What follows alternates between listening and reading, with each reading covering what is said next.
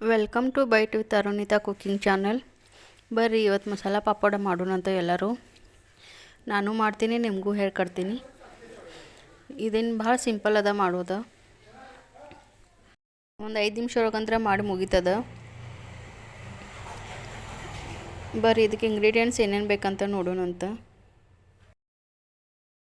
ಉಳ್ಳಾಗಡ್ಡಿ, chat masala, ಲಿಂಬು, tomato ಮತ್ತು ಸಣ್ಣ ಶೇವ್ ಅಂದ್ರೆ ಬಾರೀಕ್ ಶೇವ್ ಅಂತಾರಲ್ಲ ಅವು, ಏಕ್ದಮ್ ಸಣ್ಣ ಸಣ್ಣ ಇರ್ತದೆ ಅದು. ಈಗ ಉಳ್ಳಾಗಡ್ಡಿ ಮತ್ತು ಟೊಮೆಟೊ ಎರಡೂ ಚೆಂದಂಗೆ ಸಣ್ಣ ಪೀಸ್ ಮಾಡಿ ಕಟ್ ಮಾಡ್ಕೊಳ್ಳೋದು. ಸಣ್ಣ ಅಂದರೆ ಪೂರ್ಣ ಸಣ್ಣ ಆಗಿರ್ಬೇಕದು. ನೋಡ್ರಿ ಈ ಥರ ಮಾಡ್ಕೊಳ್ಳೋದು.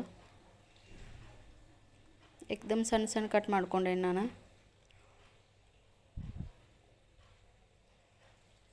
ಉಳ್ಳಾಗಡ್ಡಿನೂ ಸಣ್ಣ ಪೀಸಾಗಿ ಮಾಡ್ಕೊಂಡೀನಿ, ಏಕ್ದಮ್ ಸಣ್ಣ ಪೀಸ್. ದಪ್ಪ ಇತ್ತಂದ್ರೆ ತಿನ್ನೋದಕ್ಕೆ ಇಂಟ್ರೆಸ್ಟ್ ಬರೋಂಗಿಲ್ಲ. ಸಣ್ಣ ಇತ್ತಿಲ್ಲ, ಟೊಮೆಟೊ, ಶೇವ ಮತ್ತು ಉಳ್ಳಾಗಡ್ಡಿ ಎಲ್ಲನೂ ಚಲೋದಾಗ ಮಿಕ್ಸ್ ಮಾಡಿ ಪಾಪಡ ಮೇಲೆ ಹಾಕಕ್ಕೆ ಬರ್ತದೆ.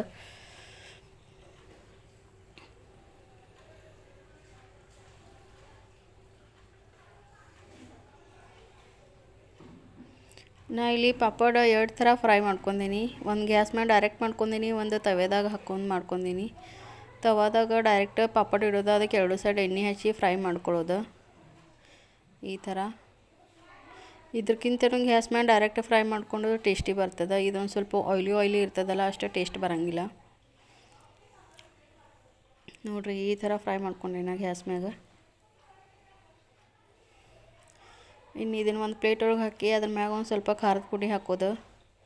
ಆಮೇಲೆ ಟೊಮೆಟೊ ಮತ್ತು ಉಳ್ಳಾಗಡ್ಡಿ ಮಿಕ್ಸ್ ಮಾಡಿದಿರ್ತದಲ್ಲ ಅದನ್ನ ಹಾಕೊಳ್ಳೋದು. ಶೇವ್ ಹಾಕ್ಕೊಳ್ಳೋದು. ಒಂದು ಸ್ವಲ್ಪ ಚಾಟ್ ಮಸಾಲ ಮತ್ತು ಉಪ್ಪು ಹಾಕೋರಿ. ನಿಮಗೆ ಟೇಸ್ಟಿಗೆ ಎಷ್ಟು ಬೇಕಟ್ಟು ಉಪ್ಪು ಹಾಕೋರಿ.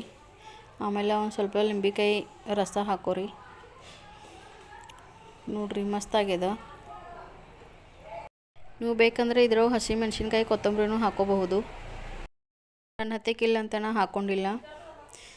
ನಿಮಗೆ ಸಿಂಪಲ್ ಮಸಾಲ ಪಾಪಡ್ ಇಷ್ಟ ಆಗಿದ್ರೆ like, share, comment and subscribe ಮಾಡಿರಿ. Thank you.